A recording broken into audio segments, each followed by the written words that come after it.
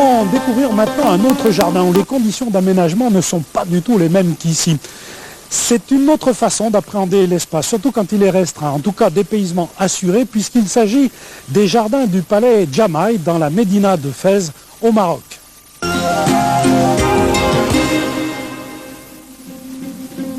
Au commencement du monde était le désert. C'est du moins ce que croyaient les tribus nomades d'Arabie. Et la seule manière d'échapper à cet univers infernal, c'était d'inventer un paradis qui ressemble à un jardin. Et puis les nomades ont découvert qu'il existait sur Terre des oasis, des rivières et des forêts. Une fois sur le sol de ce que l'histoire appellera plus tard l'Andalousie, les conquérants venus d'Arabie crurent enfin être arrivés au paradis et décidèrent de transformer les lieux en un immense jardin réservé à la méditation et à la stimulation des sens. Une civilisation venait de naître qui rayonna des Pyrénées jusqu'aux confins du Sahara. Le palais du vizir Jamaï à Fès en est l'un des plus beaux vestiges.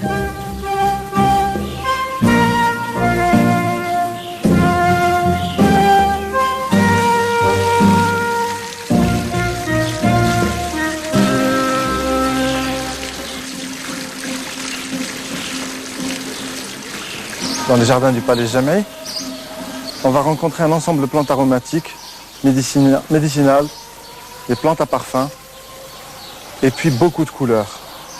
Et cette combinaison, c'est le secret du jardin, dit andalou. Hissé au rang d'art majeur par les paysagistes de la grande époque du califat de Cordoue, le jardin est supposé représenter l'univers aux yeux de son propriétaire. Tout ce qui est planté tourne forcément autour de la fontaine, source de vie, et est agencé en 4 parties distinctes qui symbolisent les points cardinaux.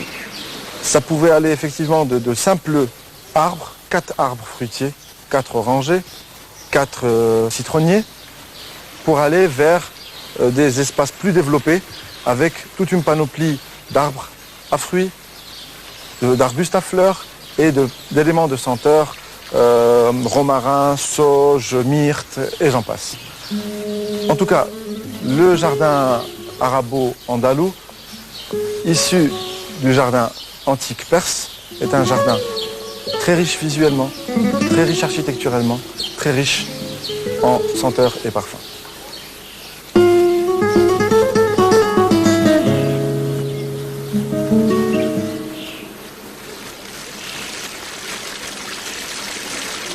Dans le jardin andalou, le jardin arabo-musulman, l'eau a toujours été le symbole de la vie, le centre de l'univers et l'élément sonore qui donne de la vie à l'ambiance.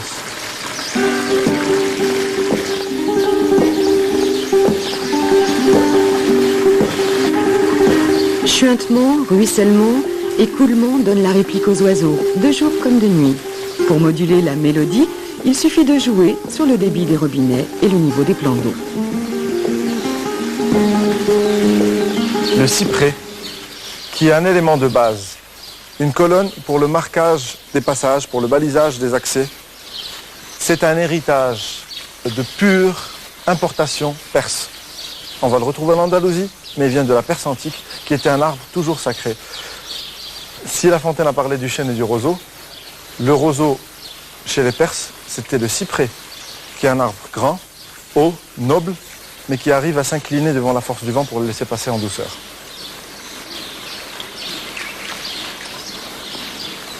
Le deuxième élément fondamental est le datura,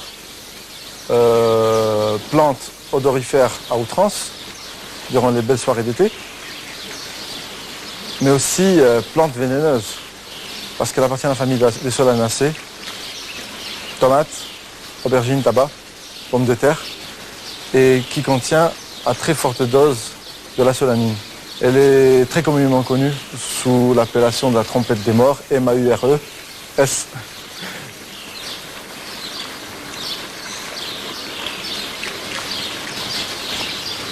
Vous pouvez voir juste à côté les 2 éléments sacrés cités dans le Coran, l'olivier et le figuier. Et là derrière, le grenadier arbre de grande prolifération sur le pourtour méditerranéen.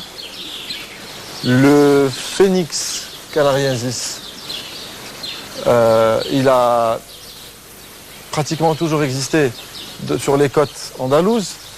Et dans le cadre des réalisations d'époque, il est venu se substituer au palmier dattier originaire d'Arabie.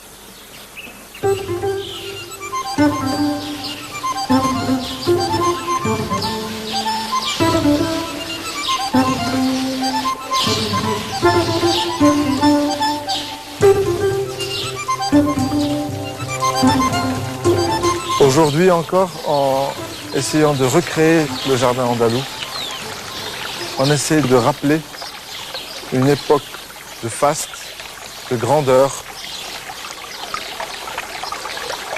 Ça représente aussi pour moi toute l'évolution de l'histoire. L'histoire de l'humanité, on la voit à travers les livres, à travers l'architecture, à travers le vestimentaire, mais aussi à travers les jardins.